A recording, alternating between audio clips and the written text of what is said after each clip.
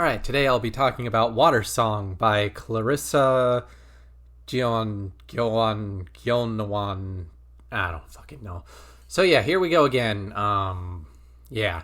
You might be wondering, why am I reading this book after my extremely mid feelings towards the last book I read for this author? And you may recall that when I read that book, I did so because I had just read a bunch of heavy books and thought it would be a short, quick, easy read. And it was not. And if you remember that, then I didn't until just now, because the exact same reasoning prevailed. I had just finished rushing through Life and Death Are Wearing Me Out, and I wasn't rushing through it, but I was really into The Grapes of Wrath. Both were very long, both were very intensive reads, so once again I thought, I'll just take a break and read this book. It's really short, and then I'll finally have, a good triangulation of this author, because I think really usually 2 books is good enough, but sometimes if you're still on the fence with an author, 3 can really help, because you never know. Maybe, with just 1 book you might get a bad pick. With 2 books you can generally tell, but sometimes it can be difficult. But after 3, you can absolutely tell if an author is for you or not. This author has 3 books, and I gotta say, I'm really disappointed to see that rather than a lot of improvement from Rainbirds, in a way there's almost backsliding, but we'll kind of get into that. So what is Watersong about? Watersong is once again about a young male, and by young I mean 20s, 30s, late 20s, early 30s male. His name is Shoji, I think. Yeah, Shoji Arai, who living in Tokyo with his girlfriend Yoko. She works at a place where they listen to people's problems, and it's wealthy people, and he gets a job there, but one of their big rules is that they can't talk about what they hear, and you can imagine where it goes from there. I'm kind of, where do you call spoilers and where do you not? So to whom would I recommend this book? I don't know. I'm in the same position of where I was with The Perfect World, in the sense that I did not care much for this book. To be honest, I think that in some ways it's better than The Perfect World, in the sense that The Perfect World was trying to be a character study, but the characters weren't developed enough for it to be an interesting character study. This one has less of the character study aspect, which is good in the sense that it doesn't fail as a character study, but the problem is it doesn't really seem to know what it is, and that ends up being a book of 2 worlds. Because on the one hand, you have this sort of thriller element with this secret organization that listens to people's problems, and certain criminal sides to it, where at the end of the first part, at 90 pages in, you're thinking, oh, this is going to be like a plot-driven thriller type thing. But then that just stops. And the entire middle section of the book is the most dull thing, because it's just following Shoji's life in Tokyo as he's ostensibly looking for Yoko after they get separated based on what happens. But the problem is, so much of it is just him living his life, particularly when this other girl comes into the picture, that he isn't even actively looking for Yoko beyond the first few pages. So the question then becomes, what is this story? Is this the story of him and looking for Yoko, or is this another character study thematically about his supposed inability to move on? It doesn't really make sense, because again, as a character study, we don't really see enough of him or understand him well enough to call it a character study, or for it to be an interesting character study, because it doesn't really focus in on anything much aside from, kind of what he's doing passively, because his whole focus is supposedly on finding Yoko, even though he doesn't actively do anything. And again, that is what makes it seem like the whole sort of detective mystery side of it doesn't really work, because he's not an active participant in anything. So, I can't really recommend it to people who want like a low stakes thriller, because the main character is just passive. And I can't really recommend it to people who want a passive character, but more of a character study of a passive character, because again, there's no real depth to his character. There's no real understanding. There's no real layers to peel back. Even the very big twist at the very end of the book, without spoiling anything, doesn't ultimately change our understanding of his character. It is, and repeatedly the book has this, a twist for the sake of a twist. It doesn't redefine our understanding of the characters, the situation, their personalities, things like that. It just makes you go, oh, okay. And that's pretty much it. And again, like, when the middle part was so dull, like, okay, the beginning was weird. Like, it just raised so many questions that then kind of half got answered, but kind of half didn't towards the end. Again, I'm not getting into spoilers yet. Then the middle part was just aimless. And then finally in the finale, the last like 40 or really like 80 pages, I guess, I finally started to get move on from the book is boring into just being frustrated with the book, which paradoxically was better than being bored with it, because being bored with it was the worst. I mean, if you want to know why there's such a gap, why it took me as long to read this 297-page book with extremely generous text spacing, whereas I could read The Grapes of Wrath in like 4 days, it's because, aside from work beginning and everything, it was just so dull that I would read a chapter or two and then just could not be asked to care to continue. I'd just go do something else. And, in that sense, I did finally sit down and finish the finale. Okay, credit where it's due. At the end of Act 1, when it started picking up and I thought things were going the thriller direction, I was actually kind of flipping the pages. And then come the start of Part 2, I flipped a little bit, and then I started to see, and I slowed down again. And same thing with the ending. Once I started feeling the frustration, that's when I started flipping through again, because it's just like, oh, come on, really, it can't be this bad. It can't be. Like, just waiting for those disappointments to start rolling in. And it really does just tie back into the worst thing art can be is boring. And 80% of this book is boring. 10% of it seems like it's going somewhere and doesn't, and the other 10% of it is just frustrating, to put it mildly. So that's my recommendation section. I don't really recommend it to anyone. Pros and cons. As for the pros, as ever, very easy to read, very pleasant sentences in terms of structure and format. You won't get hung up on anything, but at the same time, very lacking in anything evocative or in terms of personality. One of the things that I feel particularly most strongly in this book, but it was present in her earlier books, is this reads to me like something that has been edited. I don't want to say MFA program, because that's I've never been on an MFA program, but I have been in creative writing classes, and they always tell you to like cut anything that's not necessary. Cut. Everything has to be necessary. Every sentence, every this, that, and the other thing.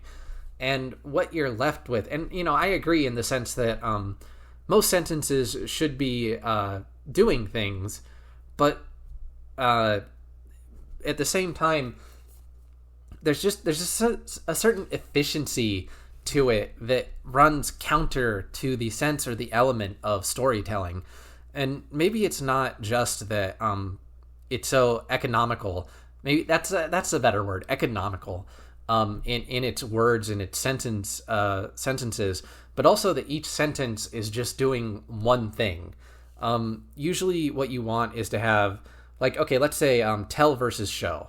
What a lot of times what you're getting in tell versus show is you're getting more dynamic sentences, because each sentence isn't just telling you or describing a detail, but there's subtext behind that detail that you as a reader should be inferring.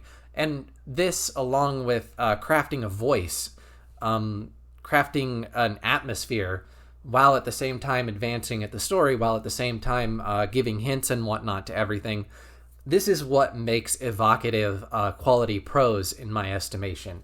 Whereas a lot of Clarissa's prose, again, I don't like calling her by first name, but I cannot pronounce her last name, so sorry. But a lot of her prose has that very economical, each sentence does one thing, each sentence advances the plot.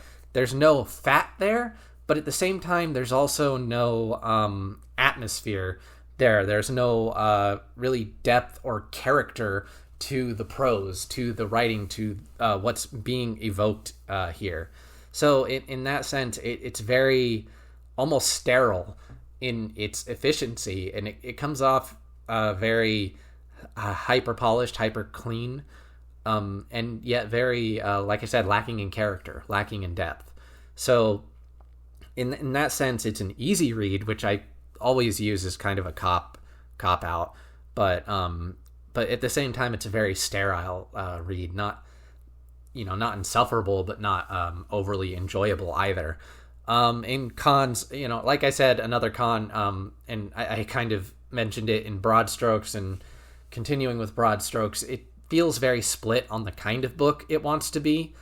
On the one hand, it wants to be seemingly this observation of love and lost love and not moving on, but on the other hand, it wants to be this thriller and have these sort of criminal thriller mystery elements.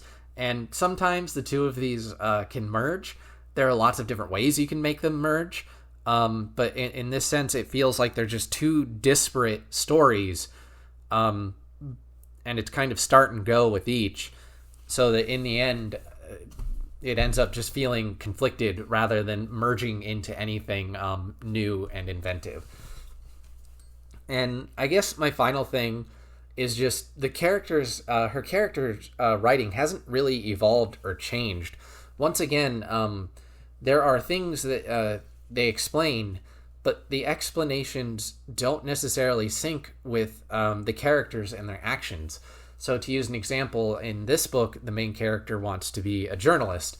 And again, yeah, he goes to school for economics because it's what his parents, being a fairly high-class family, wouldn't let him go for something like journalism, so he goes for economics. Which is, fine. That's, again, like an interesting setup, but it doesn't really go anywhere with this sort of duplicity. It's just a dynamic, just an aspect of his character, not a reflection of who he is as a person. And when he does ultimately get a job in journalism, he doesn't necessarily seem to be working at his passion, so to speak. He doesn't even necessarily seem to enjoy it. It's just a job for him, which is where I come back to the sort of conflict between the thriller aspect of the story, which basically demands that most of his focus be on finding Yoko, and the character study, which should be more about his life and the type of person that he's becoming as they separate, becoming a new person in her absence, because we're all constantly changing. And yet he can't seem to enjoy his new job, which as a character study, again, why? This is supposedly the thing that he always wanted. Even with Eddie, when he describes like why he wanted to be a journalist, apparently it was just something that he got interested in when he was working with Eddie, who comes up again in the story. But again, it's just something he was interested in. We don't really understand why. We don't understand what's at the core of his being driving this sort of interest or this hobby, which is where or not hobby, but profession. And we don't even see, when he's at the profession, him showing much interest in it, which is where it then falls apart as a character study. But then on the flip side, his journalism doesn't really lead him to tracking down Yoko. He asks his friend to do a lot of it, which one thing that really drives me nuts, but that's spoilers. So yeah, as a thriller aspect, being in a journalist position could have been a great resource for him to find information about Yoko and her whereabouts, or the organization that he's in trouble with, or some of these people connected to the organization, but that never happens either. So again, it's not deep enough as a character study to be a character study, but it's not going anywhere or active enough for it to be a thriller either. It's just the worst of both worlds. And let's not even get into the idea of it as a romance, because well, I'll get into that in the spoilers section. So we're just going to go spoilers here. And usually this would be the themes section, but it's really just going to be more airing my grievances, because the whole point of my criticism is that the themes don't work. This sort of dichotomy between the two. So to go full spoilers, the whole, like, his whole thing about becoming a journalist is really frustrating, because the book is set between 1995 and about roughly 2000. And the frustrating thing is he works as a journalist, which means that he should be good at gathering resources, getting information. And yet, when he is asked to, and yet he's supposedly also constantly looking for Yoko, sometimes, and he's constantly asking this other guy to do it. And the thing that bugged me the whole time is, like, dude lives, granted, this is early internet days, but they even mention at one point, when he's going to see Mizumi, they mention their email server wouldn't be big enough for a certain file type. And this is in the year 2000, basically, is by my estimation. Like, Google existed by then. You could have Googled somebody, which is something that he, as a journalist, should be not only know, but be well accustomed to doing. Which I assume that this is the reason for the twist that Yoko has changed her name, in the sense that she says that her name means sunshine instead, or child of the sun instead of child of water. Which, in terms of a twist, the idea of a character's name being similar sounding, a homophone, works, specifically with kanji. It's not a bad idea, but the problem is these people lived together for quite a while, and you're telling me that he never once saw her change it on an official document. He never once checked the mail, because supposedly this is a dormitory loaned to them by the company. So it's going to be in her name, since she's the one that worked there. He never checked the mail. He never saw her fill it out. He never saw her write anywhere. He just believed and never had an opportunity to follow up on the fact that her name is Yoko with the kanji for water. And it's just absurd. And it's not the only time that the plot asks us to swallow these kinds of weird absurdities. Later on, there's a character who hired a private detective to track down Yoko, which the fact that the journalist never fucking considered as a possibility is just, it hurts my brain. It hurts my fucking brain. And then when she does this, his response is, why didn't I think of that? Anyway, this person also, since it's Mizumi, she has this relationship, not relationship in the sense of a romantic relationship, but she strikes up this friendship with somebody on the phone when she's making cold calls in New York. And then many years later, she just happens to come across his name in a magazine, which is like, wow, that's convenient. Thank goodness for that. And like, contrivances, basically, I think you're allowed one huge contrivance in a story. That's about, I think everybody gets about one. And depending on where you're at in the story and with everything else, sometimes that can be too much. But no story is perfect. All fiction in some form or another relies on a certain degree of suspension of disbelief. So, like, one big contrivance I think is fine. But this book is just full of them like that. Like the fact that, oh, her name is different and he somehow never picked up on this. Or the fact that this woman, by sheer luck, happened to pick up on her this guy's name in a magazine and then was able to track him down from that. Or again, that he never thought to hire a private detective, or he never thought to look up her name on Google. Like, it's just so full. Or even just the fact that the killer, Mr. Sato, is her father, Yoko's father, and is going to kill him, and he happened to be there when supposedly the main character didn't even drown. This is the thing. They treat it like he drowned his younger cousin when really he just walked away for a bit, and he himself was incredibly young. Like, okay. And then you have the whole prophecy aspect, which less of a contrivance and more just it hangs over the story, this prophecy that starts the story off in the beginning. But the problem is, well, it's very clearly one of those things that's meant to, hover over the story and add mystery to it. It never defines a character's action. A character never makes a decision based off the prophecy, despite the fact that they repeatedly reiterate this prophecy about him and his relationship with women and water.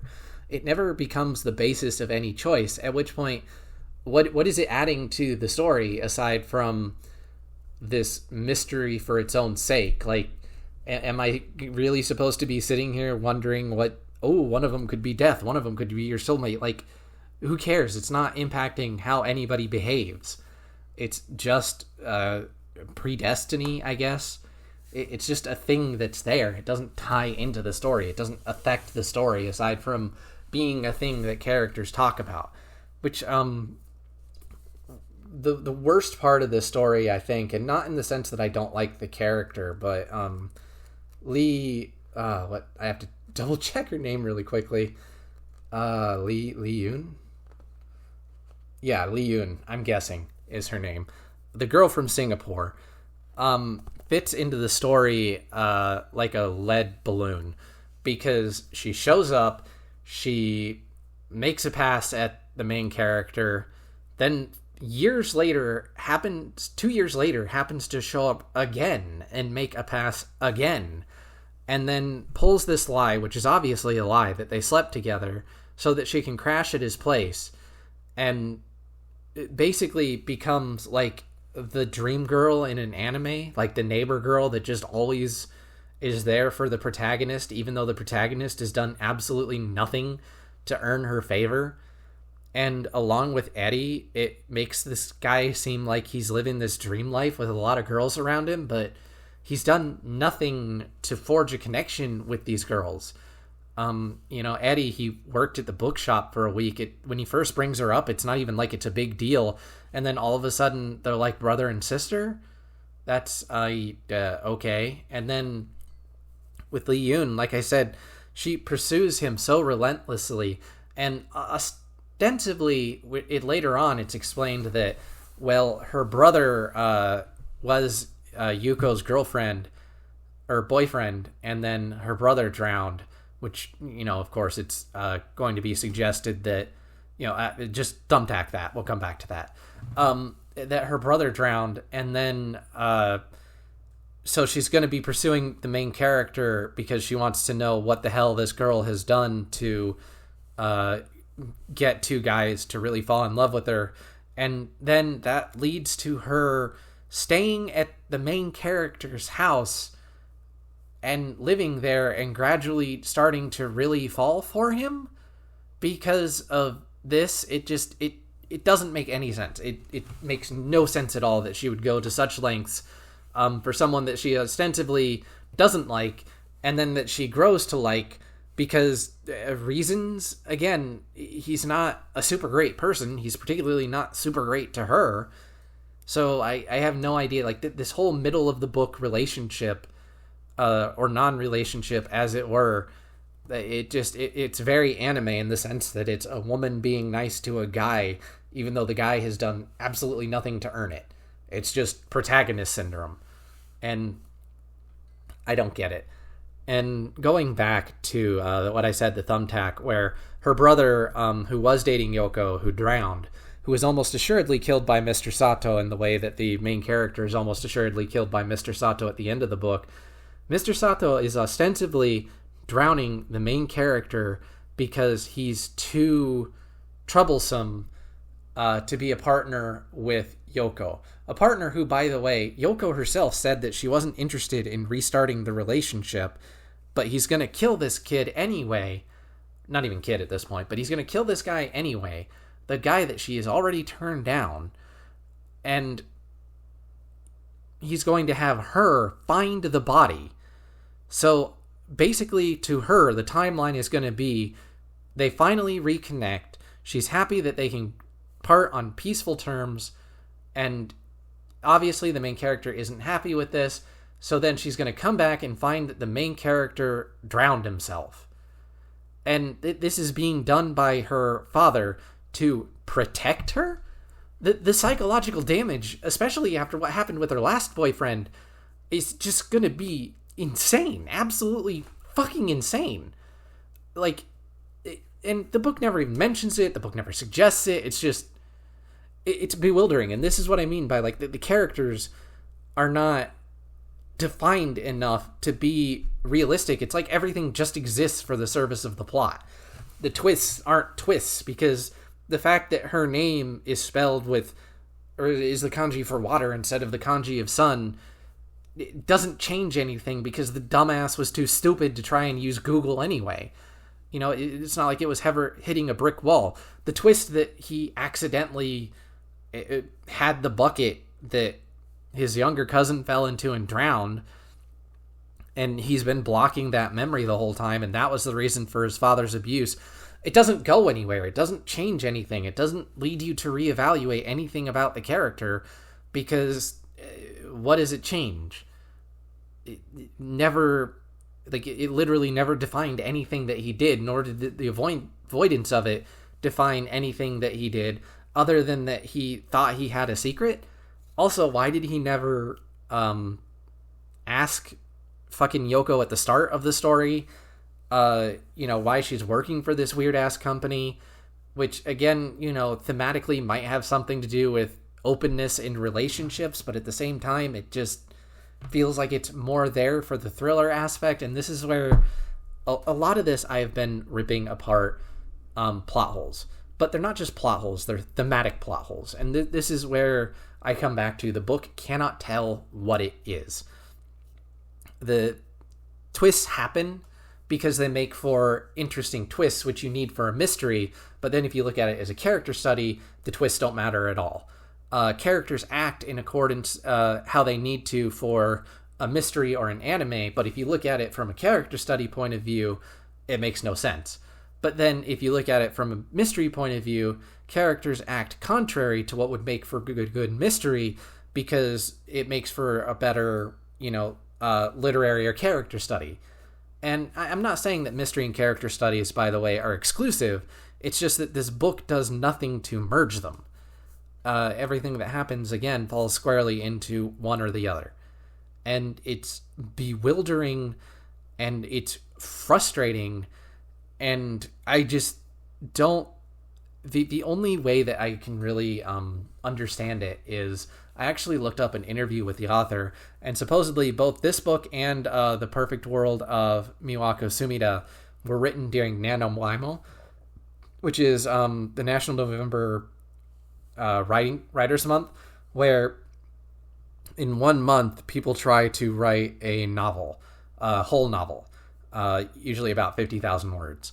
And in that sense, I guess some of the things start to fall into place in terms of why the characters aren't super fleshed out, why things are superficial, why things seem to be overlooked. But it does still leave the question, because tons of books have come from NaNoWriMo projects. But it seems like this was written and then not really polished. Like, I don't know why, if you would write a book for NaNoWriMo, like, there seems like it should be the launching off point rather than it's done, and then I just ran through and revised it a few times and then shipped it out. Although I will back up and say that is me making assumptions. I don't know what the original state that it was in, it or the last one, what it was in at the end of NaNoWriMo. But in terms of just trying to understand the author, and I don't know if she's going to keep writing more. Curiously, I was trying to seek her out just to find out more about like kind of why her books are the way they are. And she hasn't written a book in 4 years, which is quite the gap for considering her other books. And it makes me, and I did find a company that she's working for in Singapore, a human resources page. So I don't know if she's still writing. Supposedly, she's an award-winning short fiction writer, so maybe her short fiction is continuing and is substantially different. But her novels need a lot of work. I think that there's potential insofar as I don't think that she's without talent. But I feel like in terms of like her prose or whatnot, you know, if she fleshes out the prose more, I think that there's a lot that could be done here, but she's just not there. And after 3 books, it's frustrating because it feels like, you know, when I read Rainbirds, I was really, really happy to see where she would go. And I think there's, especially nowadays, I actually remember reading somewhere that a lot of agents and publishers are basing everything around debut authors. It's always the debut, the new find, which has always been a thing to a certain point, you know, finding the new voice of a generation or whatever. But it does leave you with this question of, okay, somebody comes out with a great debut, but if all you're focusing on are the debuts, then you never get to see how an author grows, how an author refines themselves. So of all these authors who come out with great debuts, how many of them get like the Sally Rooney treatment where people are still talking about her books 5 books in? And it's tragic in one sense, because Rainbirds really did come out with not huge applause, but for a debut author, very substantial notice. And from there, The Perfect World didn't get hardly any attention, and Watersong got like none. And I noticed that Watersong is published by a different publisher, published in a different, or it was never even published in hardcover. And it's one of those things where even as someone who didn't care for her last 2 books and is more attracted to the potential of her writing more than what she has actually written, I still find it sad to see that someone can debut with as much attention as Rainbirds got and then seemingly fall off the map. You know, I didn't care for The Perfect World, but so far as I can tell, it reviewed just fine, in some cases even better than Rainbirds. And yet, how do you go from that to not even being able to get a hardcover release and no press at all? And I don't know if that's why she took up a mainline job, if she just decided, novelist isn't cutting it. I'm not going to make it as a novelist, and she stopped writing, or if she's started to focus on her short fiction, or she just hasn't felt it. Like, there's just numerous reasons as to why, but I still find the story of the author, the possibility of the story of the author, I guess, every bit as interesting as the books, or in some cases more so interesting than the books themselves, which is definitely a big reason why I'm here reading a book that I particularly didn't enjoy after a book that I particularly didn't enjoy. It's all about potential. I feel like there's so much potential there, but many times in my life I've kept waiting for things with potential, and then they never materialize, and it's tragic, but there it goes. Such is life. So join me next time when hopefully I talk about something that I enjoyed again. So see you then.